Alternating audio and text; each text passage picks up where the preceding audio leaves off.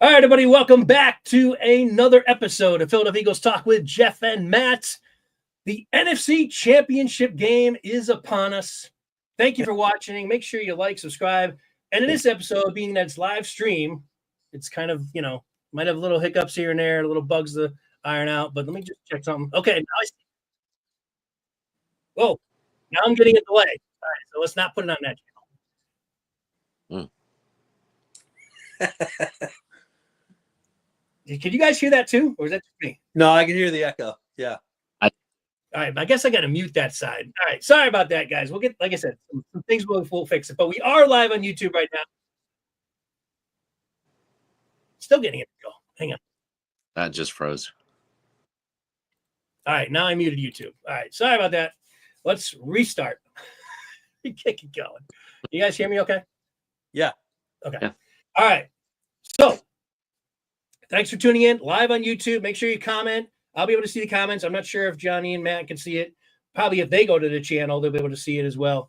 But that's okay. I'll keep an eye on any questions that we may have during the podcast. But what we're going to do is have some general thoughts. We got our special guest on the episode, Johnny the Commander fan. Those of you who've been with this podcast since the early days, years ago, on our audio podcast days will recognize Johnny. And who would have thought at the beginning of the season, or when we first started bringing Johnny on, that in 2025, the NFC Championship game would be the Eagles and the Commanders. But that is where we are. And so we're very thankful to have Johnny on, and Evan might be joining us a little bit later. So if he pops on, we're going to have two voices from to represent the Commander side through the podcast. And of course, my partner is Matt, who is a big part of the podcast, as you guys know. And so, Matt, we'll start off with you, just some general hellos, and then we'll get to Johnny, and then we're going to start digging into this game. But before we do, first of all, goes without saying, congratulations to the Commanders. They deserve all the credit in the world. They slayed Goliath last week. And I also want to thank them, because if it wasn't for the Commanders, the NFC Championship game would not be in Philly. So congrats to the Commanders. Thank you to the Commanders. It's now an NFC East battle for the rights to go to the Super Bowl. And with that, I'll turn it over to Matt. It's going to be an awesome weekend. It's good to have the Commanders back. It's cool listening to the DC vibe, and having them hate the Eagles for a week on the local radio, preparing for this game and getting the Commanders fans all juiced up for it. It's going to be an exciting game. And it's just interesting that, as we're trying to build our subscriber list, what we really need is non-Commanders and non-Eagles fans, because clearly the pattern shows that if you listen to the show and you get on as a special guest, your team's got a chance to go to the division championship as well. That's all I got to say. I'll pass it over to Johnny. Bet some Lions fans wish they were on here. So yeah, this is kind of unbelievable. I mean, I saw a decent season, but I didn't predict this. No, I don't think anybody with half a brain predicted this. I mean, this is stuff of dreams at this point. But I mean, with all that being said, I think Washington has an absolute chance to win. I was going to say, if I were you guys, I would have be confident as well. You go out to Detroit and beat that team. Why wouldn't you think you can go to Philly and beat the Eagles? I mean, you already done it this year. Right. I mean, all they have to be is close. If they're close in the fourth quarter, then they're going to have all the confidence in the world to pull it off. Mm-hmm. Yeah, especially. Done it multiple times. Well, I mean, if you can't tell, the Eagles are not taking Washington lightly. Matt and I are not taking Washington lightly. So, I mean, I don't know how you could. And they go into Detroit. I mean, I know they're banged up on defense. They turn the ball over a bunch of times, but that doesn't matter. You got to win the game. And the Commanders did what they needed to do and got themselves the NFC Championship game. And I tell you, if I was a Commander fan, I'd be super excited. I'd be confident heading into this game. And this is what's going to make for a great battle. It really is. Hey, who's kicking for the Commanders now? Did they get do they still have that fourth string guy, or is it Rodriguez? Zane Gonzalez. Zane Gonzalez. Yeah, he's still your kicker for this week, right? Shaky. Yes, he is. That could be a very important part of this game. He's I cringe every time he kicks. I don't have any confidence in him. I don't think the team even does. Hey, He got the doink against Tampa from 30 something. He missed a 42 or 43 yarder against Detroit that ended up not being as important, but it could have come back and been a problem. He did make all 6 of his extra points though, so yeah, he succeeds where our kicker fails. Our kicker hasn't kicked an extra point in like 3 weeks. He's having struggling with extra points, but he's made every single field goal in the playoffs in his career. So he's never missed. 2 of 22. Yeah, I know. But he's been shaky though. I mean, it's kicking in general this year, outside of the Pittsburgh kicker, has been shaky. So it could come down to a final kick and whether it's made or not. It really could. This game could definitely come down to that. I mean, we'll get into predictions obviously before the show ends, but yeah, we'll see how we all feel about this game and how close we feel it's going to be. Mm-hmm. All right. So does anybody have any just general thoughts, opening thoughts before we kind of start digging into? I want to get into the injuries. I'm assuming, Johnny, that you probably or Evan, once he jumps on, has got an idea as far as give us an update on the Commanders injury front, because I have the updates on the Eagles side. So we're going to get into the injuries first, and then we'll get into the keys to the game and kind of the typical flow we go. Being that this is live stream, Johnny, if you need to check out at some point, Matt, even you, I'm going to probably end it once Matt's ready to go. But for the most part, Johnny, if you needed to leave, or Evan, once he gets here, if you guys need to leave early, feel free. You're not obligated to stay for the entire time. Although you can. I don't know how long we're going to go. We'll see. All good. I figured we have a lot to talk about, So with that being said, before we get any injuries, and just any general thoughts out there about the game, last week's game, Johnny, if you want to just talk about the Detroit game, give us your thoughts on that, because we haven't had a chance to talk to you about, what your thoughts were in that game, and how you feel coming out of it and all that. Just whatever you want to share. Feel free. Yeah. That Detroit game, you can't help but be impressed. I mean, I hope Philly Nation is impressed as we were. Straight up ass kicking. I mean, no doubt about it. They controlled that game from halftime on, and even they almost got punched in the mouth in the first 3 series, and after that it was over. Defense played well, got turnovers. I mean, I couldn't think how they could be better against a legit quality opponent. You were quiet during the game, though. I think you were hesitant to jinx yourself, whatever, because I sent you a text, kind of like, I don't know, just after halftime, no response. I'm like, all right, Johnny doesn't want to be bothered, or he doesn't want to say anything and jinx himself. 100% focused. Yeah. Actually, the one reason I don't do that is because I was watching the Chicago game on recording, and I was about 5 minutes beyond it. So 3 or 4 people texted me about the damn Hail Mary before I actually saw it in real time. Oh, okay. Yeah. They're like, can you believe it? Like, can I believe it? No, I can't, because I have no idea what you're talking about.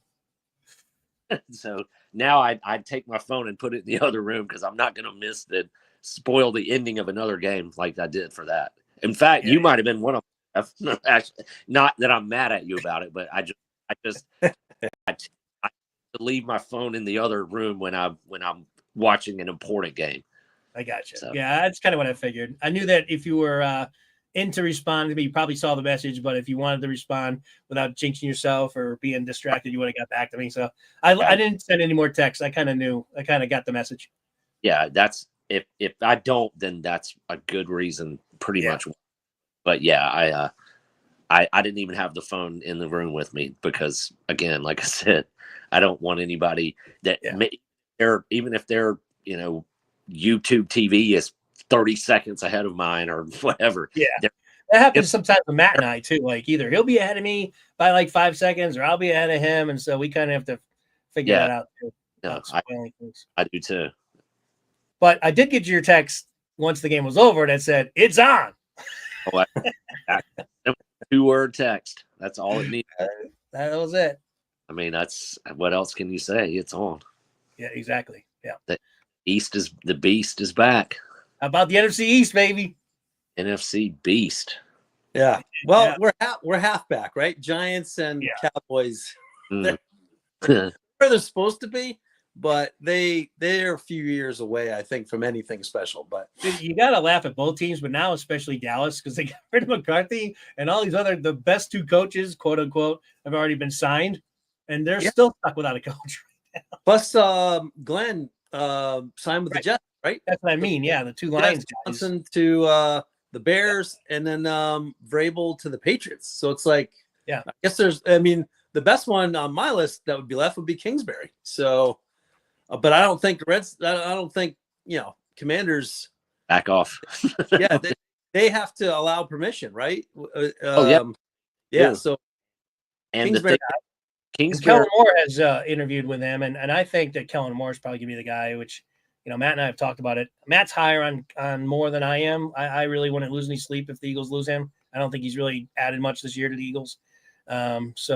But other than the fact that it would be nice to have Jalen Hurts have 2 straight years with the same offensive coordinator. He's never had in his entire career 2 straight seasons with the same coaching staff. Yeah. That's why I want to keep Moore.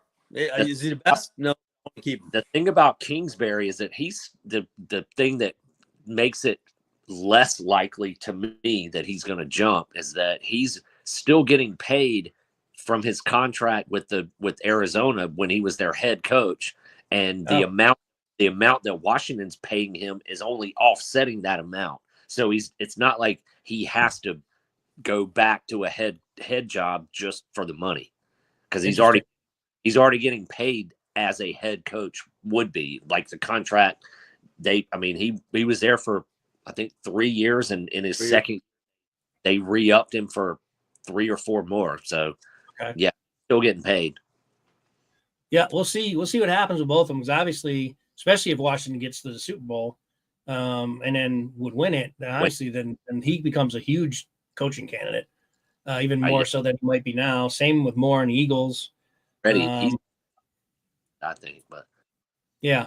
Well, let me ask you this before I forget: have you had to open up a second mortgage to get tickets to the game? I know you said you were thinking about going. Yeah, no, that's not happening. You see the prices? I warned you.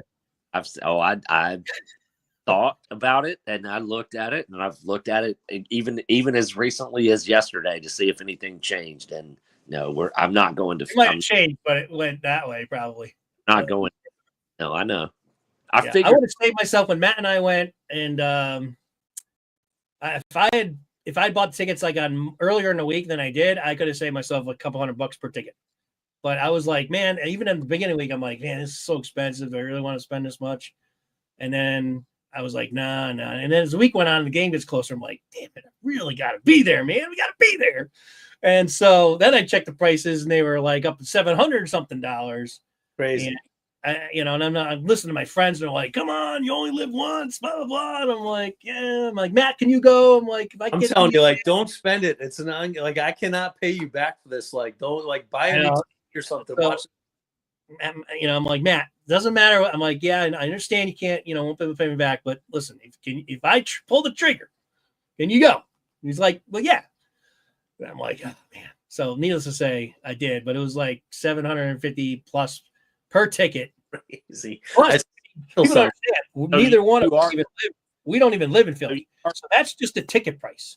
We had to pay, obviously, to both drive down there with gas, stay in a hotel. So that was a $2,000 trip, close to it anyway.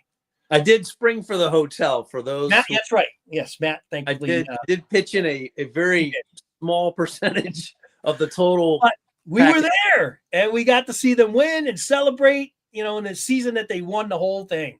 Yeah. So it's one of those moments where I don't look back with any regret whatsoever of being there and experiencing that. Now, I'm not saying, that you, I'm not saying you should do it. It's up to you, but no. Plus it's tough being in the opposing. It's not like we were on the road, we were at, in Philly. So it would be a different experience for you, because if Washington was to win, you won't be doing a lot of celebrating with all the fans there. There might be a couple high fives there that you would do maybe behind your back. I've always wanted to see what that was like, but this is not the game that I want to go do that at. If I would love, like I was telling you, I would love to be able to spring it this year. I mean, my situation. I'm not in the discretionary spending situation I was back then as I am, currently. So I ruled that out immediately that I couldn't go. My only chance of going was if Matt was returned the favor and said, "Hey, Geoff, yeah, guess what? Guess what? if I get these tickets, you want to go? Oh yeah, hell yeah, yeah." But Matt's raising a family. He's got other priorities, and we already experienced. That's the other thing. It's like, yeah, you've done it. That's the thing about being there. Yeah, I would love to be there again, but you know what? Matt and I were already there. We saw them win the championship, and then win the Super Bowl. Not in person, but the year that they won the Super Bowl, Matt and I were at the NFC Championship game, and that was awesome. It was a freaking amazing scene at the end of the game. I bet. We got to see the celebration on the field, partying with all the Eagle fans in the parking lots afterwards. We were all doing the Skol chant, Skol, Skol, except we were saying Foles, Foles. It was a lot of fun. Hey, did anyone catch that clip this week of the mayor of Philadelphia misspelling the Eagles chant? Yeah, E-L-E. I'm like, man, she just lost her to the next election. I'm like, anybody can say, I'm like, just a little overexcited. Skip the letter or two, but all my friends have been sending me the clips of that text. Yeah, I saw it. I was about to. Yeah, it was the way to lose an election, and if you're the mayor of Philadelphia. E-G-S-L. She might as well just resign right now. He didn't just miss one letter. I mean, she crazy. Oh man. Yeah, that was. What though? Go on. She powered through it. She did. She did power through it, but man, that was not a good look for her. Yeah. All right. So before we get injuries, I know I just said this again, but I wanted to ask Johnny about if he was going to go to the game. I figured if he got tickets, he would have let me know already, but I wanted to ask him. Any other thoughts before we get any injuries? Yeah. No. Go ahead with the Philly. Do you want to get into the Washington injuries first? Let it give us an update on. Yeah. I know the center's out, right? Your center is done, right? No. Or your guard. Yeah, that's a big loss. Sam Cosme, he's been our starting guard for 3 years now, and he's the best offensive lineman on the team, and that's not even saying that much because the offensive line is not a strength. So we have a backup in there. The backup came in, played decently well against Detroit, but that's a big area of concern. Okay. Bobby Wagner was limited in practice, ankle, but he'll play. That's pretty much it. Okay, that's really it. All right, so you're pretty much healthy, other than losing your best offensive lineman. This is probably the last team you want to lose your best offensive lineman against, especially guard. Because would he be the one that's matched up against Carter? Entirely possible. Yeah. Yeah, that automatically sounds like a key to the game for me. But the Yeah. Eagles are banged up. I mean, that's actually pretty clean compared to the Eagles. Eagles have some pretty big concerns that really one of them just popped up today. Actually, a couple did. So Cam Jurgens is questionable, very questionable for the game. He was their starting center, and he hasn't missed a game the whole season. So it sounds like he's going to go, but they have been practicing. They've moved Landon Dickinson to center this week through practice because Cam has not practiced yet. He's got a back issue, and that concerns me as well. It's not like it's an ankle or an elbow or something like that. Backs for offensive linemen, I think they got to be treated with kid gloves for sure. And that's also something where he may start the game and it flares up during the game. So I'm concerned about that, but it does seem like he's going to be a go, but that's still quite an alarming injury that popped up. And Dallas Goedert seems to be hurt all the time. Suddenly popped up on the injury list as well. Again, he's supposed to play, but he's got something nagging him, so he missed practice. And obviously Jalen Hurts is the big story because he has got an MCL strain from last week. Freaking Rams, man. They always hurt our quarterbacks, seems like every year. And they did it again. And so Hurts he's going to play. But the key with that, and it'll be another key to the game, I'm sure, how mobile is Hurts going to be for this game? Because that's a key part of the Eagles' offense, obviously, with the sort of, running offense that they have with Barkley is the RPOs. So to account for the quarterback as a running threat. Right. So if Washington doesn't have to worry about Hurts running, then it can help them certainly key on Barkley and stopping him. So that is, I mean, he's going to play injured and he's playing, but he's, how much of Hurts are we going to see? 60%, 80%, 90%, so, and then he's got to last the game as well. So if he gets tackled and tweaks that knee again, who knows? So that's obviously concerning for the Eagles. Otherwise, some good news on the front is that our boy Q, one of the nominees for Defensive Rookie of the Year, one of the two on the Eagles, by the way, both Cooper DeJean and Quinton Mitchell are both up for Rookie of the Year for the defense. And he's back, and he says he's not going to be limited at all. So that's awesome news because he's going to be on McLaren. And he basically shut McLaren down last game, except for the one touchdown McLaren did get on him. But other than that, he played McLaren very well this year. So we definitely need him in there. So that's good. And that's the only good news from the Eagles injury front. So any thoughts on that, Matt, of the Eagles?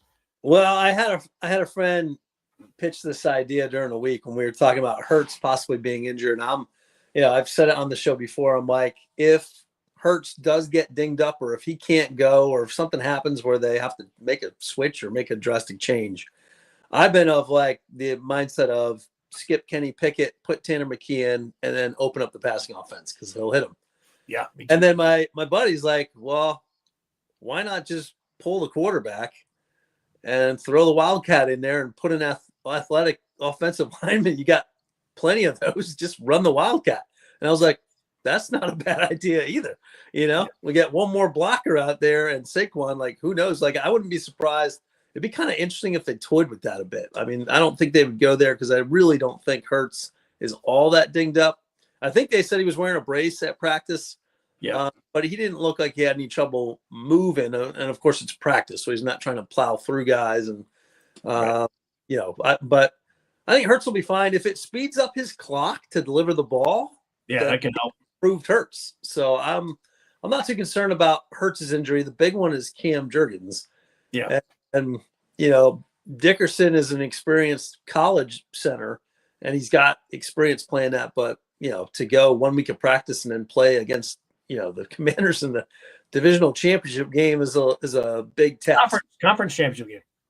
Conference championship, yeah. And so can he do it? For sure. Everyone trusts Landon Dickerson can really play anywhere on the line, but Cam Jurgens was such a beast, and that line is such a beast with Cam there, and Landon and Becton, on both sides plowing that line off the line of scrimmage. So we'll see. A little bit of concern, but nothing I don't think the Eagles can't overcome. Yeah, and as long as Burks keeps playing well for Nakobe Dean, who we lost a couple weeks ago, he played pretty well last game, and they said Trotter was going to be mixed in, but they ended up keeping Burks in the whole game because he was playing well. So we didn't see much of Trotter last week, which is fine as long as Burks keeps playing that way. And he's not Nakobe Dean, so the Eagles are not as strong as they were at linebacker, but Burks is been more than adequate, at least it looks like, through one game, in terms of being able to replace him. Johnny, we'll get your thoughts in a moment on Washington. I'm just trying to think if there's anything else I want to cover on the injuries. Goddard is, again, he seems to be always injured. So he's been playing very well, and he's been becoming more of a factor in the last few games. He's had some good games against Washington in the past. I think I think it was interesting I mentioned the Wildcat because I don't think they'll run it a lot, but they could run it in the game. They've run it a couple times during the season. They might do that in a play that they usually may hand off and give it to Hurts, but they don't really want to do it because whatever condition Hurts might be in. Maybe you do see a little bit of that mixed in. But much like the Rams, Washington has had a tough time stopping Barkley this year. So I'm sure that's going to be one of Johnny's key to the games. I mean, that's the obvious key to the game. Can they stop Barkley? If they can't, it could be a long day for Washington.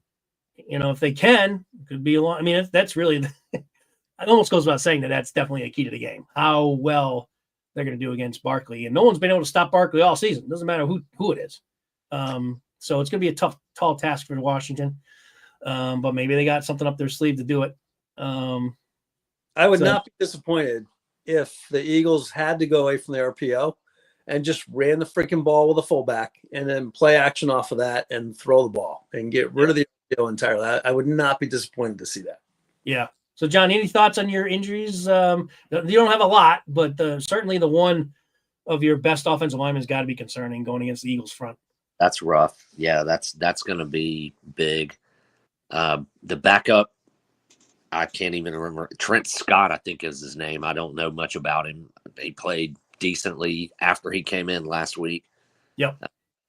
Detroit, but Detroit's front's not anywhere close to Philly's front. So that could be a big issue.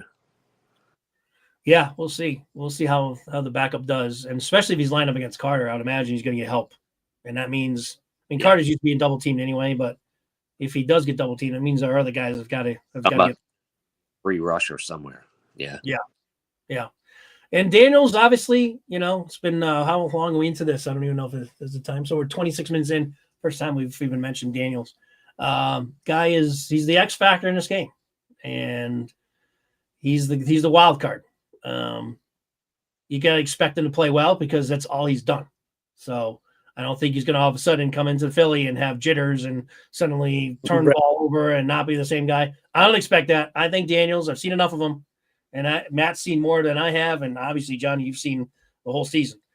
The guy is nothing rattles him, so he's not going to be intimidated by Philly, which is going to add to the confidence that I'm sure you guys have going into the game, because you don't have to worry about Daniels being rattled like most teams fans do coming into Philly. That you got a quarterback that's already played there, knows the environment. He's already gone to Detroit in the playoffs and won. He's not going to be fazed by the Eagles. I think that's pretty clear. But at the same time, is he due to have a game where he's off? Yes, I would say that. Will it happen? I don't think so. So with that, Matt, you want to talk about Daniels, and then obviously we'll have Johnny add whatever he wants in about his quarterback, his star rookie quarterback. Yeah, well, I think it'll be funny. Can Daniels, the whole game is going to come down to, is Jalen Carter quick and fast twitch enough? Fast enough and quick twitch enough to get Daniels before he can get slippery and out of the pocket? Or is Daniels just going to stay 1 inch too quick, too fast, and able to get to the edge, turn the corner, and I think the whole game is going to come down to that. Can Daniels dance around that Eagles pass rush and break plays consistently enough to keep drives going? And when he does that, can the Eagles cover when he does that? Or do we all of a sudden start dropping our guys, and now it's just these little lob passes? He's got a little bit of Mahomes in him to make these special throws. And like almost Mahomes and Vic. Like, there was a throw he made again to, I think, McLaurin. It was either McLaurin or De'Ami Brown last week, where he's pretty much full running to the right and escaping pressure and just flicks the wrist. And the pass is right on the money in the bucket. Yeah. And man, De'Ami Brown, by the way. Brown, yeah. So, if he can do that, if you're Vic Fangio, you've got to be telling the DBs, it doesn't matter how long you think you've covered him. Daniels is never really in trouble. He's not dead until he's never in trouble. Like, he could be out of trouble in a second if he is, and then that's when that ball goes over your head. And now we're talking about a big explosive play. So that matchup, it's just going to be amazing to watch and get to him. I don't know. I think this is the best defensive line that Daniels has played in the playoffs. So it's going to be significantly more pressure than he's had to deal with on a consistent basis, although Tampa played him pretty good with the D-line, but then couldn't cover anybody. So it'll be a challenge for Daniels, but it's definitely the best secondary he's faced by far. Yeah, it's by nothing leaps and bounds. until we two bad secondaries. Tampa's got a horrible secondary. Detroit's got a horrible secondary. Right. Until we already played our secondary twice this year. So he's not going to see anything he hasn't seen. Until we see Daniels get flustered, he's unflustered. So, yeah. My take on Daniels. What do you got, Johnny? I mean, I don't see any reason to expect that he's not going to play well, like you said, Geoff. I mean, I don't know if it'll be enough, but I cannot really envision any scenario where he doesn't come out and play really well. I mean, I know he's going to get some pressure more than he's faced in the other two playoff games, but I don't think it matters. It hasn't mattered so far. Yeah. No, it definitely hasn't. My strategy would be this, and I think Vic is going to try to what Matt was getting into, contain him with whatever he's going to scheme, so he doesn't get those. It's 3rd and 9, and he rushes for 12 yards. Those are the ones that just kill you, and he's definitely capable. Even if you're scheming against him, he can still make that play. But I think Vic, at least what I would hope that Vic is going to do, is try to prevent him from rushing in, not giving him lanes to run and leaving it up to our guys who have done it all season. And if McLaren and Brown end up making amazing plays, so be it, on amazing throws by Daniels. Daniels, right? Then so be it. Live and die with it, because I think it's going to be more critical to try to. I think it's just easier to prevent him from getting running lanes than it is for him to make a pinpoint great pass and a great catch by his wide receivers. And if that happens, I'd live with it. I'd rather have that happen than have these open lanes where he's running and taking off for a bunch of yards. And I also have confidence in saying that our guys can cover McLaren and Brown well enough to prevent at least enough of those plays so the Eagles can be successful. So that's what I'm hoping for. Whether it happens or not, we'll see. I like the fact that Mitchell's back and how he's done pretty well against McLaren. Well, McLaren may get his. He's a great receiver. So sometimes even when he's covered great, he'll still make a play. That's how good he is. But for the most part, though, I'm comfortable with having Mitchell on him and, having Slay on Brown, or the combination of him and Cooper DeJean or whoever might be covering him in the slot or covering him if he goes deep. I like our secondary against the receivers, but they got to stay on their guys. Like what you were saying, Matt, the play's not over with Daniels. So stay on, and it's tough. Obviously, the longer that a quarterback can keep the play alive, as we know, the better chances of these wide receivers getting open, and breaking their coverage off and things like that. So that's what makes a guy like Daniels so dangerous. So that's why it's going to be an amazing game to watch, because you got a great secondary against a great quarterback, and McLaren is obviously put in a great category as a wide receiver. Brown has definitely been picking up his game as the second guy, and he's had success against the Eagles. So is Hurts. Yeah. And then, of course, what might be, I don't want to call him an X factor, because everybody knows, we certainly know Zach Ertz better than anybody. But Zach Ertz, I can almost see the scenario. It's not one that I like seeing, but I got this vision that this game's close. The end of the game, it's like I just see this final drive. The Eagles might be up, or it's tied, and Zach Ertz making a big 3rd or 4th down conversion that puts him in field goal range or something like that, or scores the game-winning touchdown, because Ertz is clutch, and he's a good tight end to have when you need him. No, he's been money. He's one of Daniel's best targets, favorite targets. Yeah. Yep, for sure. So not sure if Evan's going to join us, so you might be flying solo there, Johnny, but I thought he was too. Any other thoughts before we actually dig into the keys of the game? No. All right. Ooh. So who wants to start off with the first key of the game? I mean, I think we all know Barkley's the key for all three of us. So let's just talk about Barkley.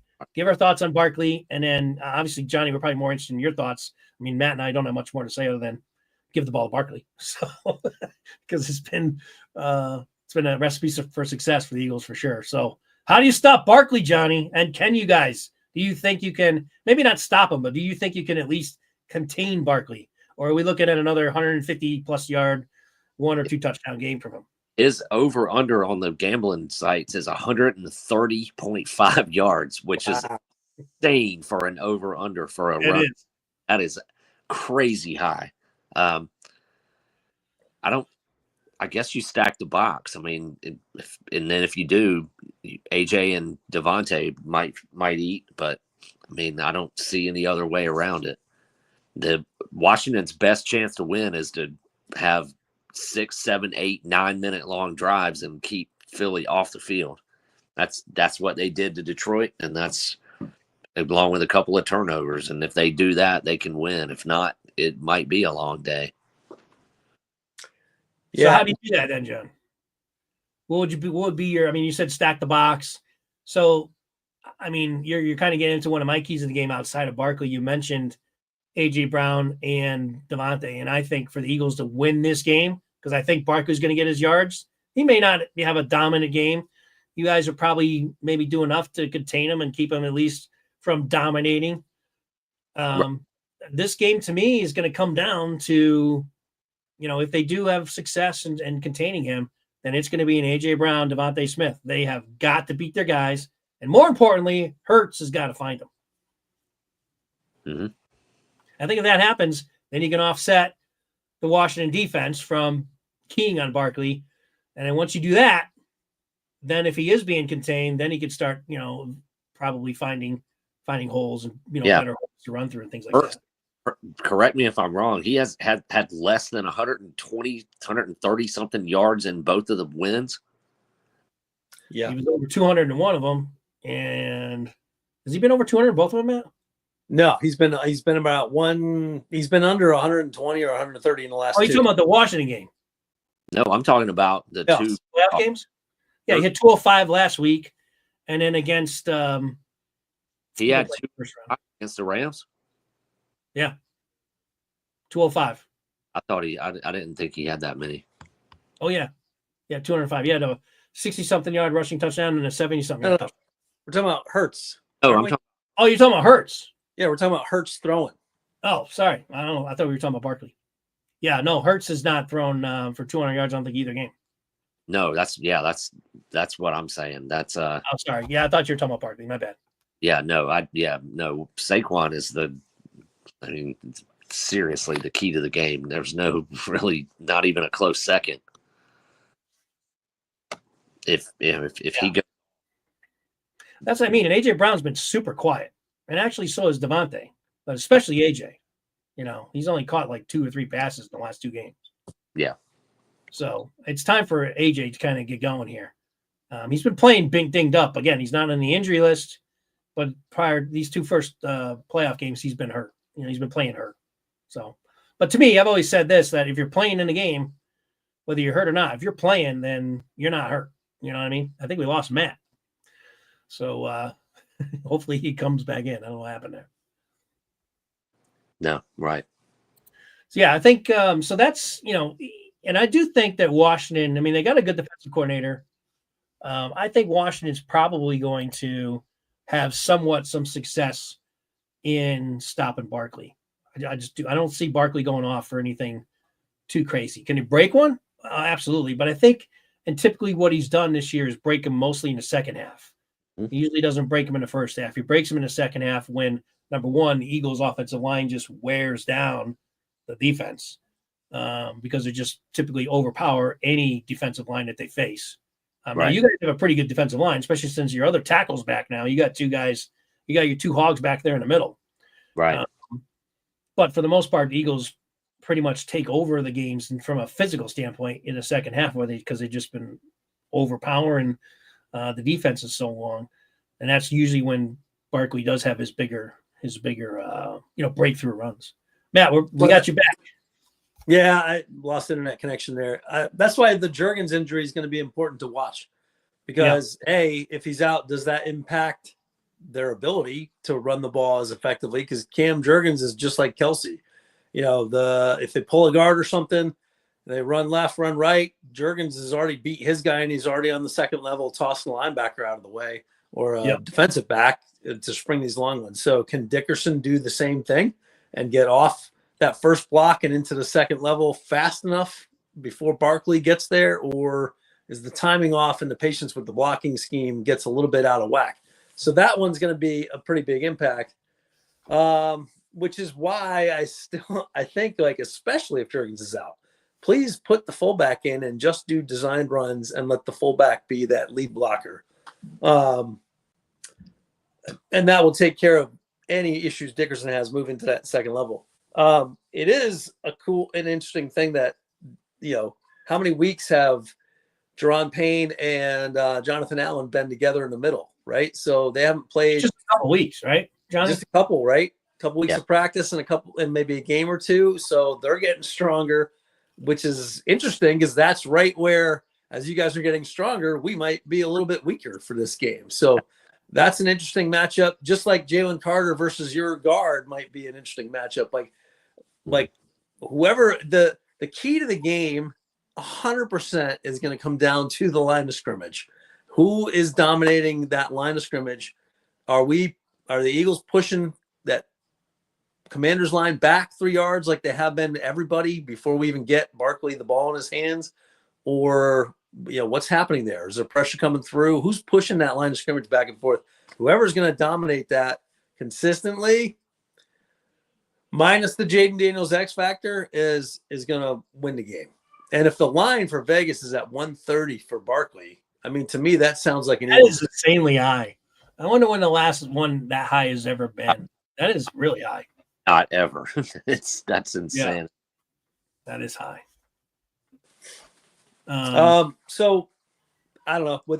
I don't know who else you may have mentioned for keys of the game so far, but that's it. Just I figured Barkley's going to be a number one key for all of us, one way or the other. So I figured we'll just get Barkley out of the way before we get into, the other keys of the game.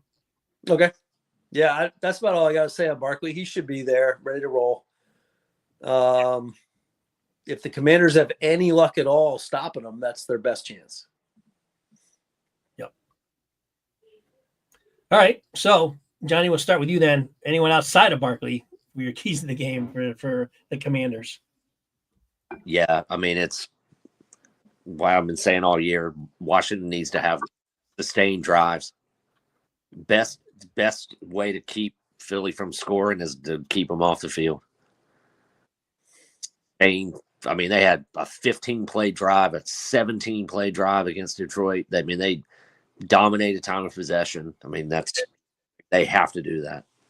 Yeah, very impressive. That game was. I didn't expect that. I didn't expect I should say that. I did think Detroit would win, but I always said to myself I wasn't going to be shocked if Washington pulled that out. What I did not see was how dominant Washington was against Detroit. That I did not expect to see. So they surprised me in that respect. They pretty much ran that team out of their own stadium. Ran not necessarily by running, just saying that that wasn't really a competitive game. Now I think Detroit didn't help themselves by turning the ball over so many times. Detroit just needed to keep handing the ball to Gibbs, and they would have won easily. Right. We had and Gibbs is not as good as Barkley, he might be close, but he's not a different type back, and he's a little faster than Barkley is. But Gibbs is definitely he's the X factor for the Lions for sure. Yeah, and they had to put Montgomery in and give him carries that was very glad weren't going to Gibbs. He averaged like 10 yards a carry in the first half. Yeah, and he only got like 3 carries after halftime. Yeah. Yeah, Gibbs is really, he's becoming an elite back. He probably already is. Yeah, no, he definitely is. I think there's no doubt. Yeah. So it does kind of help you that at least you faced a good back. It's not like you were coming off a game where they didn't have a good running back. No, so right. No, Washington's playing great running backs all year. They've played Barkley twice, Derrick Henry, Gibbs. Bucky Irving twice from Tampa. I mean, good players. There's plenty more. Chase Brown from the Bengals, and every one of them had pretty good games against us. Unfortunately, Bijan Robinson had a good game against us. Those are all good backs, though. I mean, they are. I mean, they're it's great. One thing to say that Washington doesn't have that good of a run defense, and I think they ranked like maybe 20th or something. You might know the number. Yeah, it's down there. I mean, it might even be 26 or 27. Yeah, it's pretty down, but they've faced a lot of good running backs, like you said. Played almost all of the best ones. Yeah. So you got to factor that in. I mean, I would. If the Eagles were ranked that low and they faced 8 or 10 great running backs the whole season, then their run defense might not be as bad as their numbers reflect. It's just that correct. That's true. Great running backs. Absolutely. I mean, but the bottom line is they do still struggle against at least good running backs, and Eagles happen to have one. So so it should be advantage Eagle, and you check that box off in terms of running backs. But and I've mentioned this before, and this is a game that he's back. He played. I'm a huge fan of Austin Eckler, and he's been pretty quiet. I usually expect. I don't know if it's just Washington doesn't use him as much as maybe they should, or he's still kind of coming back from his injury. But I would use that guy more. I think that guy is a major weapon, especially in an NFC type, championship game. He scares me. I don't know. I mean, I'm glad he's been kind of dormant and he hasn't gone off in any of these games, but it would not surprise me if that guy becomes a factor for Washington, because I have a lot of respect for Austin Eckler. I don't want to speak it into existence. I'm just saying, watch out for that guy. No, you should be concerned about Eckler. He's going to be a big part of this. I am. Big. I have been. So that's you don't have to say anything to convince me about that guy. I know how good he is. I'll give you a counterpoint on that. He seemed in his activity in the Lions game to just be a 30-year plus running back. Like, I didn't think he was cutting all that quick like the old Eckler did. Like, he looked. No, he is a 30-plus-year-old running back. I mean, he's going to carry the ball 20 times a game guy anymore. And he hasn't really tried to be that for us. But I bet he'll get 5 screen passes, and hopefully that'll be 60 That's yards. That's kind of what I mean. I know he's not a 20 carry guy anymore. I mean, Matt, there's a great counterpoint. I know he's not that type of player anymore, but he is a guy, though, on that third down and long. If it's not Daniels running for it, it could be Eckler out of the backfield or a screen pass that he takes for 30 yards. He still is very capable of doing stuff like that. I guess that's more what I'm talking about. I think his ability to cut in that Lions game, though, there was just something that seemed slow that I hadn't noticed all season with him. And maybe he's lost a step and I haven't picked up on it. But I mean, it's possible. Yeah. I'm hoping that's the case. I hope he's a step slower. Yeah. I just wouldn't underestimate him. I guess that's my point is. I still think he's a serious weapon. Well, so that leads into my next key for the game. For me, when I look at the Eagles defense, the line is going to get some pressure, and we know our DBs can cover. And so the trick is, how do we play this middle of the field, Mahomes-like style that Daniels plays? And to me, that comes down to Zach Bond and Oren Burks and DeJohn Cooper in that middle part of the field. Slot corner, Cooper DeJohn, and that slot corner plus the 2 linebackers. And, if the edge can keep Daniels on the inside so that when he breaks a run, it's up the middle, I trust that DeJean and Bond have enough speed to get to Daniels if he's in the middle. But if they've got their back turned, or if they just give Daniels an extra second to get the initiative, that's going to be tough. So I think Zach Bond, Cooper DeJean, Oren Burks, those guys have a lot on their shoulders to prevent Daniels from taking over this game. If you're trying to rely on your cornerbacks to come take care of that, well, now the receivers are open. And as great as the safeties are with Blankenship and Gardner Johnson, somebody's going to continually get open if we have to take the DBs to handle that. So my task would be Cooper DeJean, Oren Burks, Zach Bond. You guys are responsible for taking care of Jaden Daniels.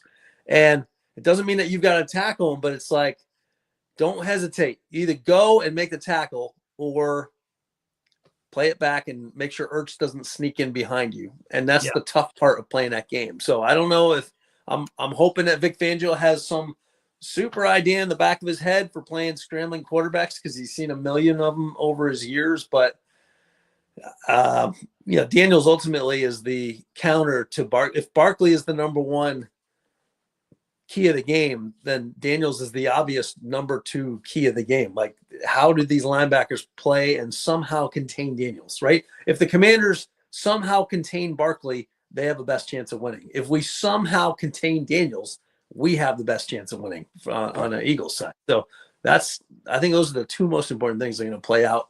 And that's a lot of pressure to put on Bond and DeJean and Burks especially. But, Bond can be up to the task. He moves faster than people think. And he can get sideline to sideline. So that's what I'll be watching for the Daniels play. I know he'll probably have at least 2 broken play passes to McLaurin. God, I hope our DBs can just run fast enough to tackle him before he scores the touchdown on that. But I think big plays for touchdowns is what we're going to try to control from Daniels. Maybe they hit a big strike, but just don't let it get into that end zone. Yeah. Yeah. I 100% agree. It's one of the keys of the game is that middle area, because that's where the Eagles, especially since Nakobe Dean's been injured, where the Eagles have been vulnerable in the middle part of the field. So if I was it Kingsbury is his name, the offensive coordinator? Yeah. If I was him, I would be game planning around the middle part of the field, because that is where the Eagles are very susceptible. And that's another reason why Eckler scares the crap out of me, because they could just have him do that little quick angle route and be sitting right there in the middle of the field. Boom, hit him for 8 yards there, 10 yards there, 12 yards there. That's the part or Zach Ertz, either one of them, playing that middle part of the field. I'm not too worried about like corner routes, because you got Cooper DeJean playing that slot corner, and he's great there. So I don't see him getting beat too often. But the other ones, the backs out of the outfield or the tight ends in the middle part of the field, I agree 100% with Matt. That's one of my keys. That is an area that the Eagles have been vulnerable, especially without Nakobe Dean back there. So hopefully, Washington's not listening to this podcast, because we just gave him an idea that could certainly help their case, help their chances of winning. But that's an area of concern for me for sure. Johnny, what do you have as an area of concern other than Barkley with the Eagles? We know the obvious, AJ Brown. Do you think? I don't know. I'm really looking to see what success AJ Brown has had against Washington this year. I think he's played pretty well, if I remember right. But I don't think he's had any dominant performances or anything like that. He's played okay though, right? Looked like he did last year. Yeah. No, he hasn't had as good of a season against Washington as he did last year. It was a joke. Right. So who did you line up? Who have you been lining up against? Like, who's been covering this year? Well, I'm hoping Lattimore, but he Oh, that's right. feasted on Lattimore last game. Lattimore got rattled too. That was actually one of Lattimore's less impressive games. Okay. He had like 2 or 3, maybe 3 PI penalties against AJ. Yeah. But he's going to be the guy on him unless he's still hurt. Okay. He'll play, but I don't know. I know they sat him out of practice today just for help, rest reasons. But yeah, that's interesting. So they're both kind of banged up, So yeah, but so right. AJ, yeah, I do remember that. Now it's coming back to me. He did have a bunch of, he was interfering quite a few times. Yeah. He got 2 or 3 flags against AJ. So you got to at least give the edge going into this game to AJ. But we need AJ to show up. He's been kind of dormant the last couple of games, so we need him to step up, especially like we said, if they're able to contain Barkley. AJ's gotta make plays. He has to. Yeah.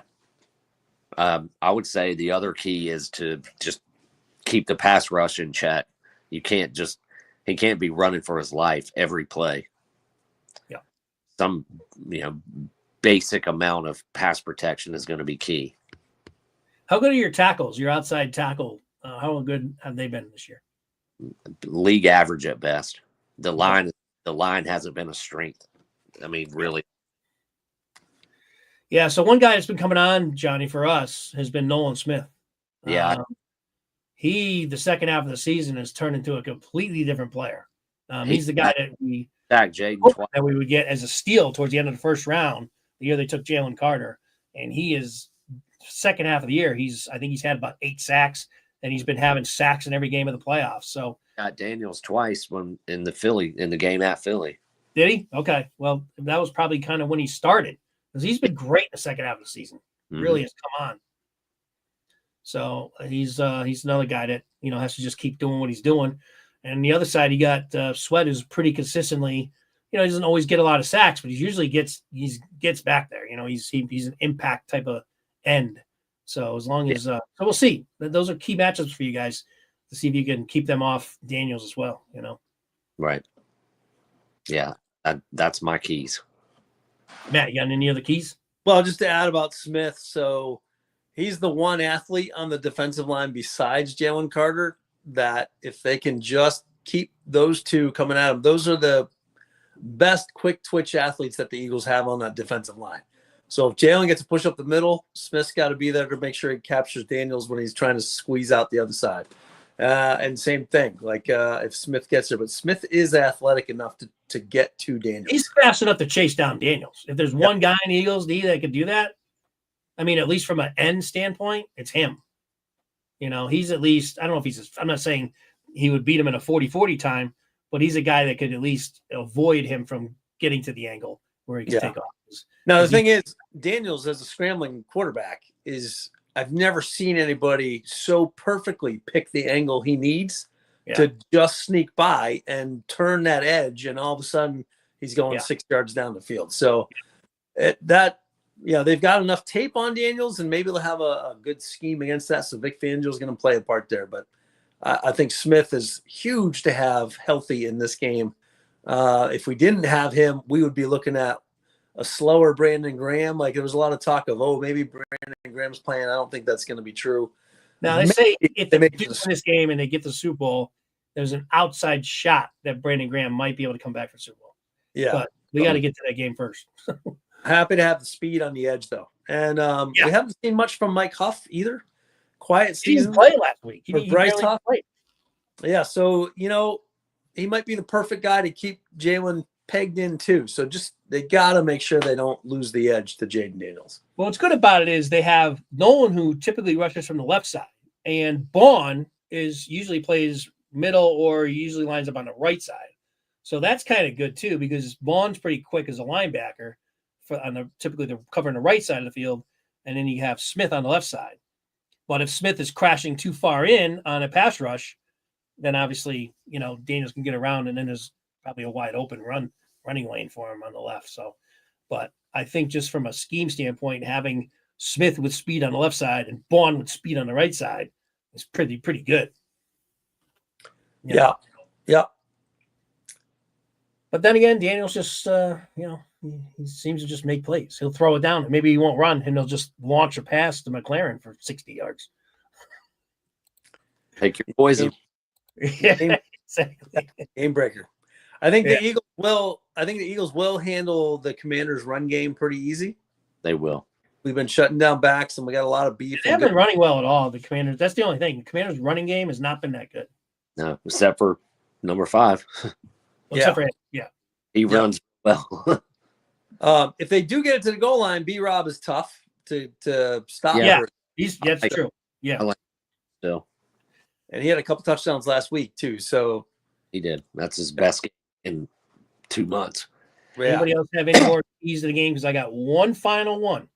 And if you guys think about it, you'll probably guess who it is. If you think about the last time these two teams played each other. As we lose John. Johnny's like, I'm not even going to answer. Yeah. Oh, sorry. I was seeing it. Okay, there he is. I'm going with the other wide receiver, Devontae Smith, who is usually a commander killer.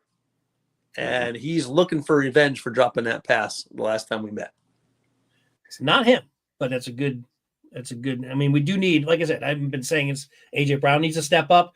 I think Devontae, same thing. Because if they do contain Barkley, those two guys are going to become major factors because we have to offset the production that we're not getting potentially from Barkley. Although it remains to be seen if the Commanders can actually contain him. But let's just say they can, for hypothetical. If it happens, AJ and Devontae have got to make plays. But no, it's not them. It's not him.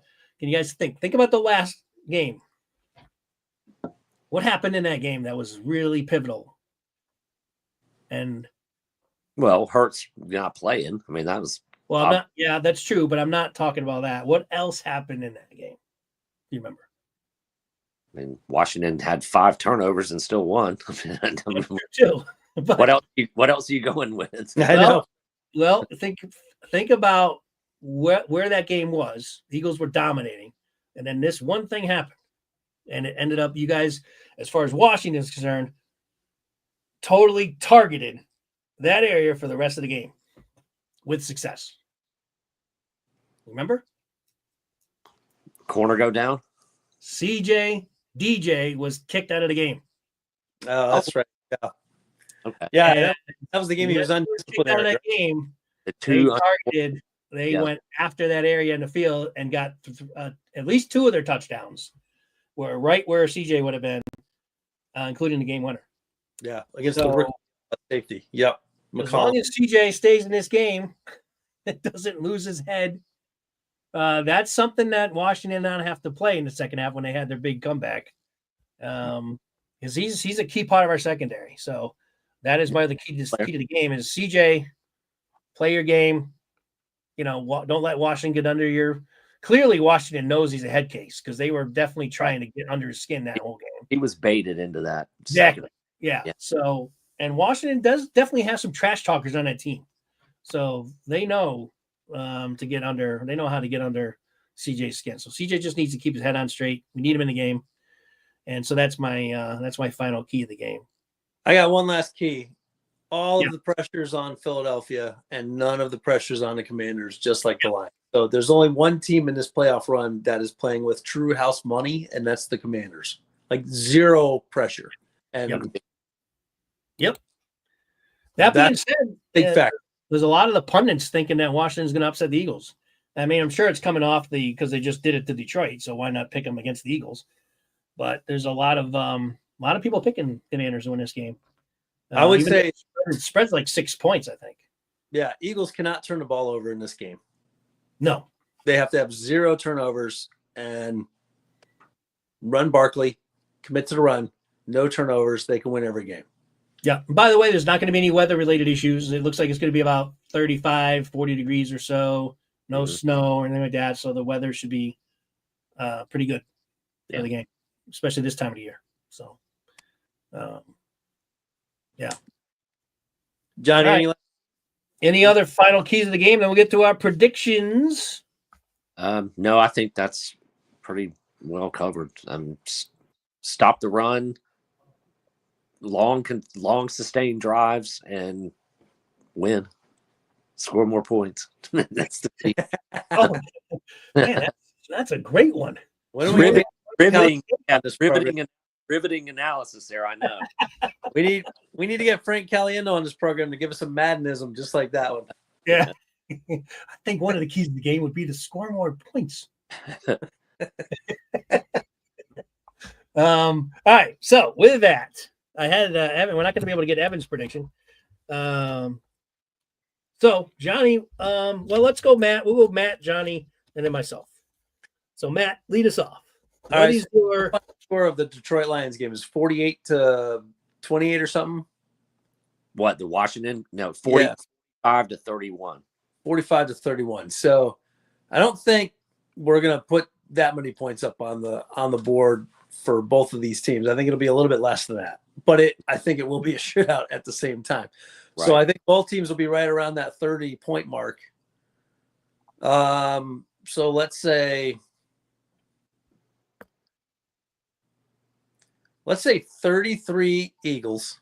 I'm going to go with the year that franchise was established, 1933. I'm going 33 points. I know it's an odd score. I don't see many teams landing on 33, but I'm going 33 to 28. 33-28. Commanders driving with the ball late, hoping for that last Daniels magical play, and all of a sudden CJ Gardner-Johnson shuts it down. But By for the first time pass, this year, he doesn't pull a miracle out. Yeah. Blank. Yeah. All right, Johnny. All right. What up? All right.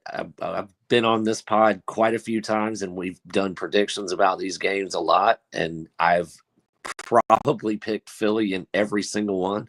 I think you have. Yep. Washington's going to win this one.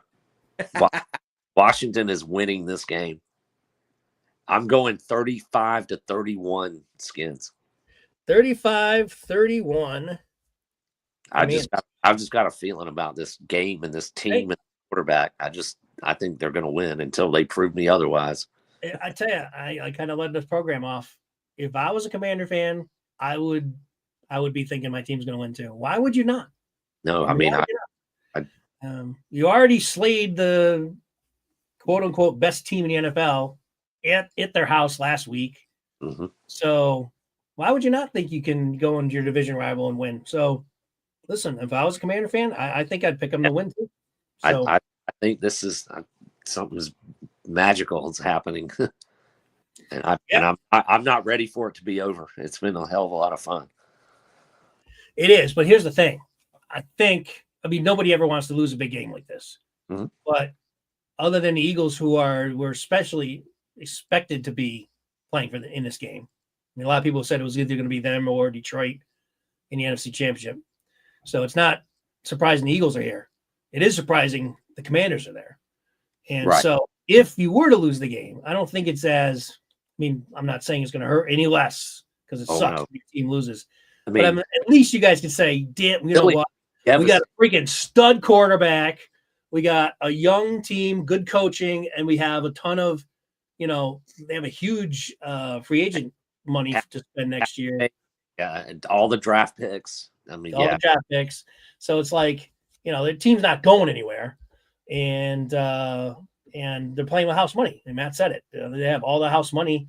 They're playing with no pressure on them, and that's a good spot to be in when you're playing with no pressure on you. Eagles have the pressure. They're at home. And especially, you tell you what, this is also, how the Eagle fans are. If the Washington Redskins, almost called the Redskins, the Commanders, I know I should. The Commanders, if they somehow get off to this great start, let's just say there's an early turnover and they score, and then they stop the Eagles 3-and-out, and then they go down and score again. The Eagle fans are going to start booing the shit out of the Eagles if they get off a bad start in this game. Definitely. And that'll be music to your ears. If that happens, then the Eagles are, they're in for a tough ass game. I think they're in for a tough game anyway. But if the game should start off that way, which the Eagles have been slow starters the whole season, I wouldn't be surprised at all. I mean, hopefully it's not 14-0 or more than that at the end of the first quarter, but it wouldn't surprise me one bit if the Eagles are losing 7-0 or 7-3 or 10-3 or something at the end of the first quarter, because they've been a very slow starting team all season. Right. So that being said, let's get to my prediction. While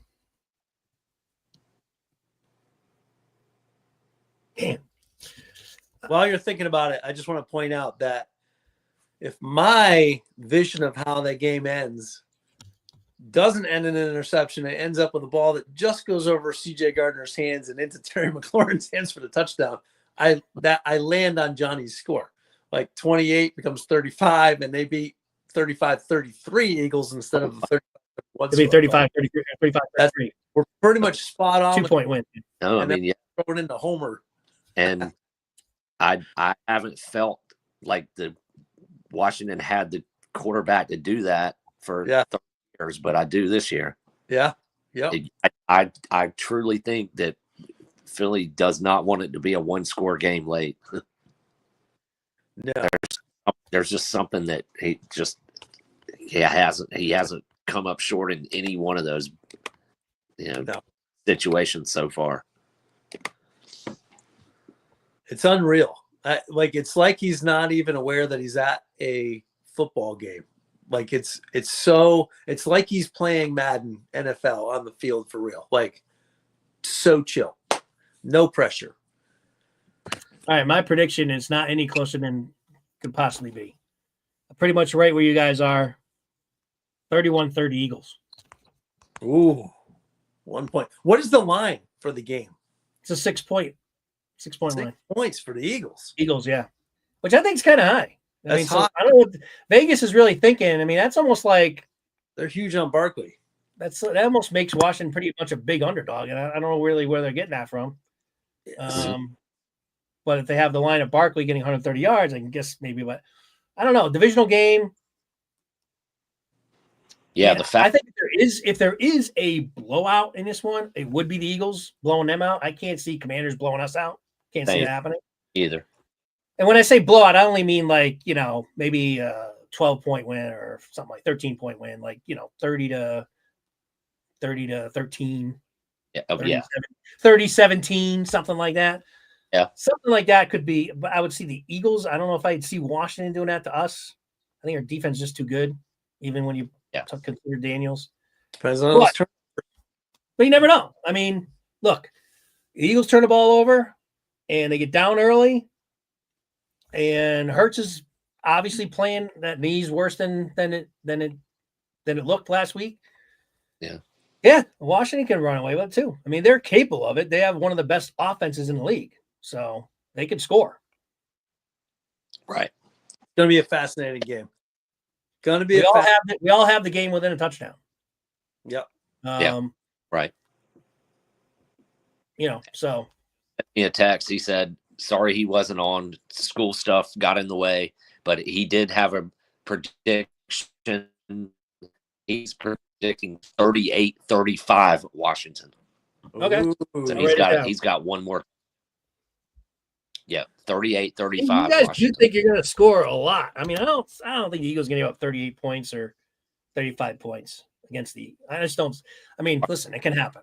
Because I know they have the offense to do it, but Eagles haven't given up that many points, except for Washington. Ironically, that's true. It was only Washington that scored. It was only Washington that scored over 30 points against the Eagles this year. Open mouth, insert foot. I know. As soon as I'm saying it, I'm like, I can't say that. Oh, yeah, they did already. Like Washington did last time. So, yeah, I guess I did step right in that one. Yeah. Well, I guess I can't see them doing it again. But the other factor we didn't talk about is like I do think the Eagles are out for revenge. Like I believe other than being the last game to get to the Super Bowl, I think that last game left a sour taste in their mouth. Which is why I think if you could feed Devontae Smith, he's going to catch every friggin' ball that goes his way. Yeah, because he had the big drop. Because Eagles could have won the game if he caught that pass. Oh, yeah. Yep. That's true. But it's going to be a game. And I'll tell you, this will be the game of the weekend. Oh, yeah. Yeah, let's touch on, again, this is a live stream, so there's no, we'll cut this, we'll wrap this up here in a moment. But my phone's on 5%. So if let's talk quickly about the Bills Chiefs. What do you guys think about that one? I mean, it's hard to pick against Mahomes until he loses. I know. And I mean, having the zebras in the back pocket, you can argue about that too. But there seem to be a lot. It's almost worse than Brady. It actually is almost worse than Brady. There are more questionable calls in Kansas City games than any other team that I've seen in a decade of watching football. Probably since heyday Patriots Brady. Yeah, totally agree. And I think but he got a lot of attention last week for it. Aikman, this is why I love Aikman. He called him out big time. He's like, come on, man, or come on. And the one where he basically came to a stop on the sideline and then tried to pretend like he gets pummeled from behind. Whoa. Or the LeBron flop out of bounds. Yeah. But you know what? If you are Mahomes, why wouldn't you try that? Why wouldn't you try it? Yeah.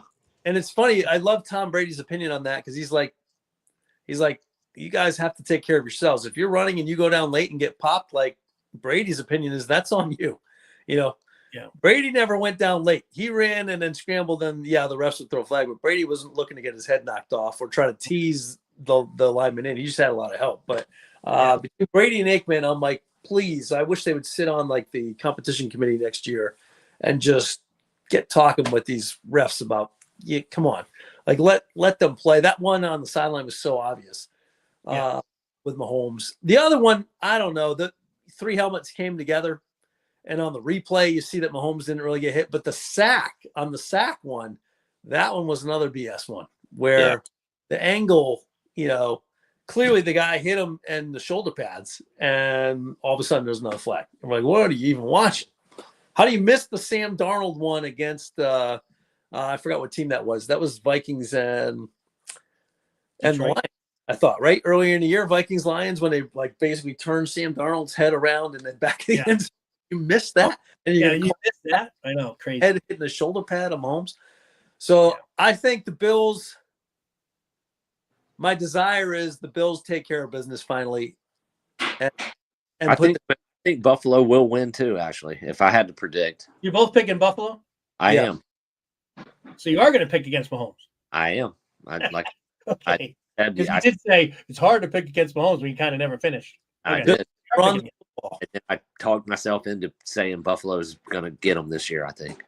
All right. Well, I'm on the opposite side here. I think until it happens, I'm not going against Mahomes. And I just think that they are the strongest. They only had one legit loss this year. I know it was to Buffalo, right? I think it was Buffalo beat them. Yes. Right?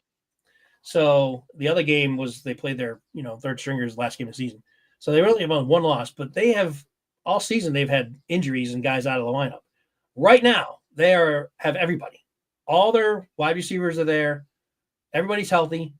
Their line is not as good as it's always been. So if Buffalo is able to take advantage of that and get in Mahomes' face, we might be, they could win the game.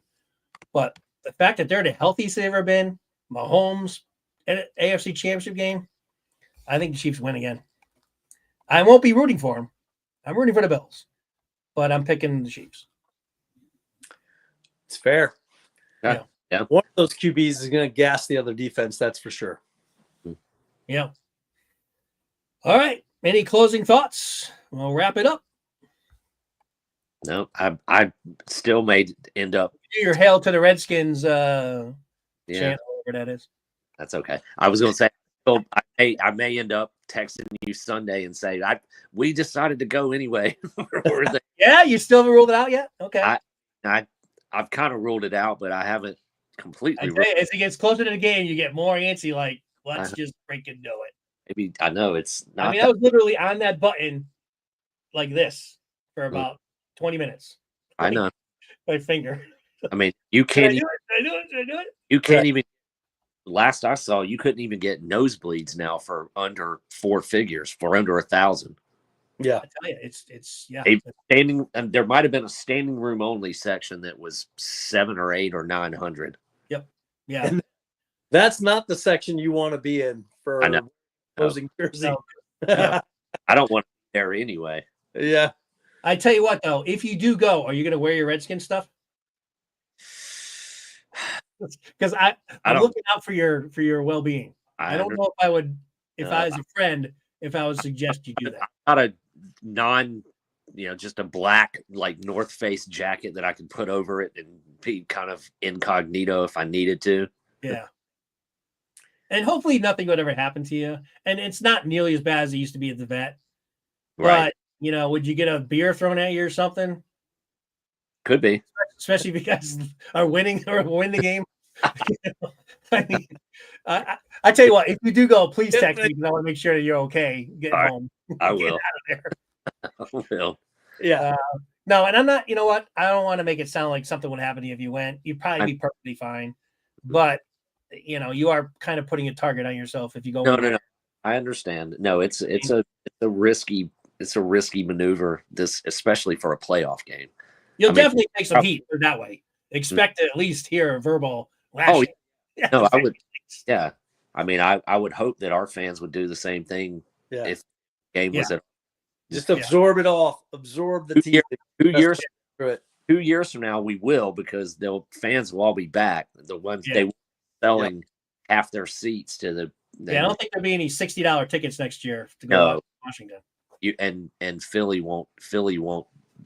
They won't get as good of a home edge from Washington people selling away from home. Yeah. We got seriously, if you do go, Yeah. you'll have a great experience regardless. chances are very slim. We kicked it around, but I don't think we are.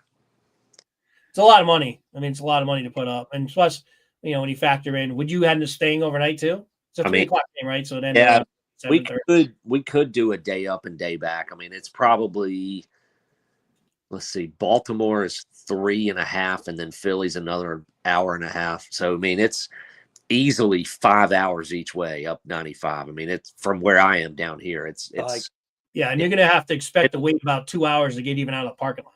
Yeah, I would expect that. So yeah, no, At least an hour. Right. Unless you left early. When the Eagles are up by 20 points in the fourth, then you can leave early. I don't know if 20 points is enough. I know it might not be. That's only Jalen's like this. I'm just gonna get started. You're only down 3 scores. You need I haven't made a 3-touchdown comeback yet in the fourth. This will be something I can do this year. I want a 4-score lead to be safe from Mr. JD. Probably. Johnny, I promise only to text you at halftime. Yes, that's totally fine. Do that. Yeah. I'll check my phone at halftime, but I won't be on it during the game. I understand. You gotta lock in, man. It's time to lock in, everybody. Yes, it For really. all the marbles, man, and congrats on your team making it this far. And man, it's hard for me to get how the other half look Johnny out of me, but I can't really wish you luck in this game. No, you can't. But no. Yeah, I'll tell you what, I'll be happy for you if you do upset the Eagles and go. Mhm. I'll be rooting for you guys if you make it. I can tell you that. Right. Okay. Which is odd because I never root for an NFC's rival in the Super Bowl, but I would this year. Yeah. Because Good I think it would be a great story. Can you imagine if Daniels as a rookie quarterback wins a Super Bowl? I mean, that may never happen again. It's never happened, and it may never happen again. There's not even been one that started in one. No. Right. That's true too. So even that is an accomplishment. Don't get to the championship game is the furthest any rookie starter has gotten to. And there's been a few that have gotten that far. Big Ben, Marino? I don't know about Marino. Russell Wilson did when he was a rookie. Okay. They got to the NFC title game. There's 3 or 4 in history that have started in Mark Sanchez actually. Sanchez is one. I heard him say that the other day. I think Marino might be the other one. He could be. I might have heard his name floated out there. Yeah. Might be him. It doesn't happen even to get to this game, much less win it. No rookies won it. So we know it definitely wasn't Gus Frerotte, definitely wasn't Heath Schuler, definitely wasn't RG3, definitely wasn't Grossman. Every time I hear the name Gus Frerotte, all I remember him is trying to fill some bad vibes out there. Running into the wall. Yeah, he headbutted the wall. Yeah.